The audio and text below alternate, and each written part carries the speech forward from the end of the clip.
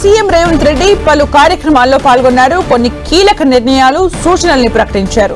ప్రజాభవన్ లో జరిగిన కార్యక్రమంలో బాల భరోసా ప్రణామ్ డే కేసు సెంటర్ ను సీఎం రేవంత్ ప్రారంభించారు. ఈ కార్యక్రమంలో దివ్యాంగులకు సీఎం రేవంత్ రెడ్డి భరోసా ఇచ్చారు. అంతేకాదు ముఖ్యంగా ట్రాన్స్జెండర్లకు తెలంగాణ సర్కార్ అండగా ఉంటుందని హామీ ఇచ్చారు. మున్సిపల్ ఎన్నికల్లో కోఆప్షన్ మెంబర్స్ గా ట్రాన్స్జెండర్స్ ని పంపిస్తామని తెలిపారు. ఇదే సందర్భంగా ప్రభుత్వ ఉద్యోగులకు స్వీట్ వార్నింగ్ కూడా ఇచ్చారు. ఉద్యోగులు వారి తల్లిదండ్రుల్ని నిర్లక్ష్యం చేస్తే జీతంలో 10 నుంచి 15% కోత విధిస్తామని తెలిపారు. బడ్జెట్ సమావేశాల్లోనే ఈ బిల్లు తీసుకొస్తున్నామని పేర్కొన్నారు. తల్లిదండ్రుల్ని నిర్లక్ష్యం చేసే వారికి సమాజం పట్ల కూడా బాధ్యత ఉండదన్నారు. నిర్లక్ష్యానికి గురవుతున్న తల్లిదండ్రుల్ని ఆదుకునేందుకే ప్రణామ్ డే కేర్ సెంటర్లు ప్రారంభిస్తున్నామని తెలిపారు.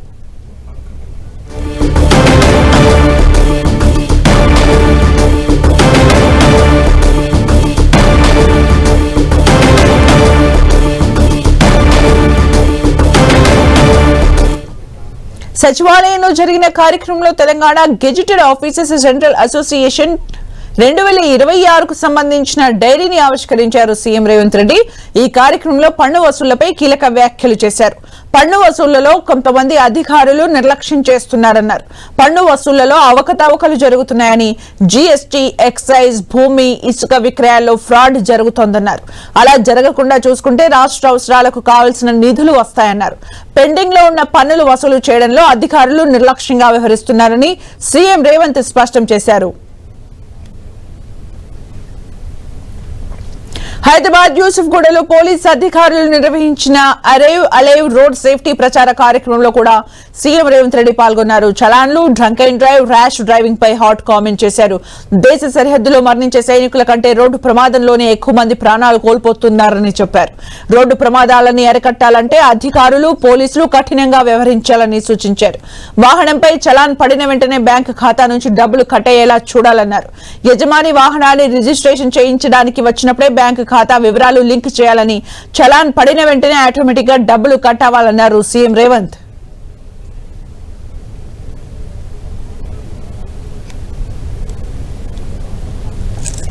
రాబోయే మున్సిపల్ ఎన్నికల్లో ఎక్కడైతే కార్పొరేషన్స్ ఉన్నాయో ఆ కార్పొరేషన్లో కోఆప్షన్ కార్పొరేటర్స్గా మనము నామినేట్ చేసే అవకాశం ఉంది. అందులో ప్రతి కార్పొరేషన్లో ఒక ట్రాన్స్జెండర్కి కార్పొరేటర్గా నామినేట్ చేస్తే వాళ్ళ ప్రాతినిధ్యం కూడా చట్టసభలలో అవకాశం ఉంటుంది. భవిష్యత్తులో వాళ్ళ సమస్యల గురించి మనం మాట్లాడడం కాదు, వాళ్ళ సమస్యల గురించి వాళ్ళే మాట్లాడే ఒక హక్కు వాళ్ళకు వస్తుంది. ఈ ప్రభుత్వం మాకు అండగా నిలబడ్డదని వాళ్ళు కూడా భావించే అవకాశం ఉంటుంది. కాబట్టి రేపటి మున్సిపల్ ఎన్నికలలో వాళ్ళని కోఆప్షన్ మెంబర్లుగా మున్సిపల్ కార్పొరేషన్లలో మనము కోఆప్ట్ చేసుకుంటే బాగుంటుంది. ఇది నా ఆలోచన. తప్పకుండా రేపు జరగబోయే మంత్రివర్గ సమావేశంలో దీనికి సంబంధించి ఒక నిర్ణయం తీసుకుంటే కూడా సముచితంగా ఉంటుంది అని నేను భావిస్తున్నా.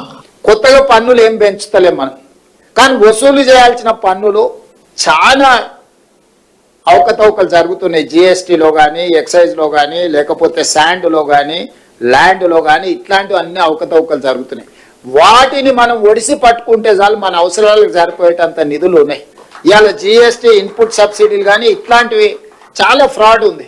చాలా మంది కట్టడం లేదంటే మనం కొన్ని దగ్గరలో మన అధికారులు, మన వ్యవస్థ, మన ప్రభుత్వము వాళ్ళ దగ్గరికి వెళ్ళి మీరు కట్టండి అని కూడా మనం అడగడం లేదు. చాలా సిటీలో పెద్ద పెద్ద అపార్ట్మెంట్స్ వస్తే ల్యాండ్ లార్డ్ వర్సెస్ బిల్డర్ మధ్యలో జరిగిన దాంట్లో మన వాళ్ళు అసెస్మెంట్ వాళ్ళు కట్టమంటే కూడా మన వ్యవస్థలు ఎవరు అసెస్మెంట్ కూడా చేసుకోవట్లేదు. ప్లస్ 5,000 స్క్వేర్ ఫీట్ కు పర్మిషన్ తీసుకొని 10,000 కట్టుకుంటారు. ఇంటి పన్ను 5,000కే కడుతారు. మనం పన్ను పెంచాల్సిన పని లేదు. అతను ఎంత కట్టుకొని అనుభవిస్తున్నాడో గంత అసెస్మెంట్ చేసి దాని మంద మనం పన్ను వసూలు చేసుకుంటే మన ఆర్థిక పరిస్థితే మారిపోతుంది. చలాన్స్ వెయ్యడం అనేది వెయ్యకుండానే నియంత్రించి వాళ్ళకి అవగాహన కల్పించాలి. తప్పని పరిస్థితిలో ఎవరి మీదైనా చలానా వేస్తే ఒక్క పైసా తగ్గించకండి. మూడవది, వాళ్ళ బ్యాంక్ అకౌంట్స్తోని డైరెక్ట్గా డిపార్ట్మెంట్కి సింక్రనైజ్ చేయండి. ఎప్పుడు చలానా పడితే ఆటోమేటిక్గా వాళ్ళ అకౌంట్లోకి వెళ్ళి డిడక్ట్ అయ్యి పోయే విధంగా ఈరోజు బండి రిజిస్ట్రేషన్కి వచ్చినప్పుడే ఆ బండి యజమాని యొక్క ఖాతాను మీరు తీసుకోండి.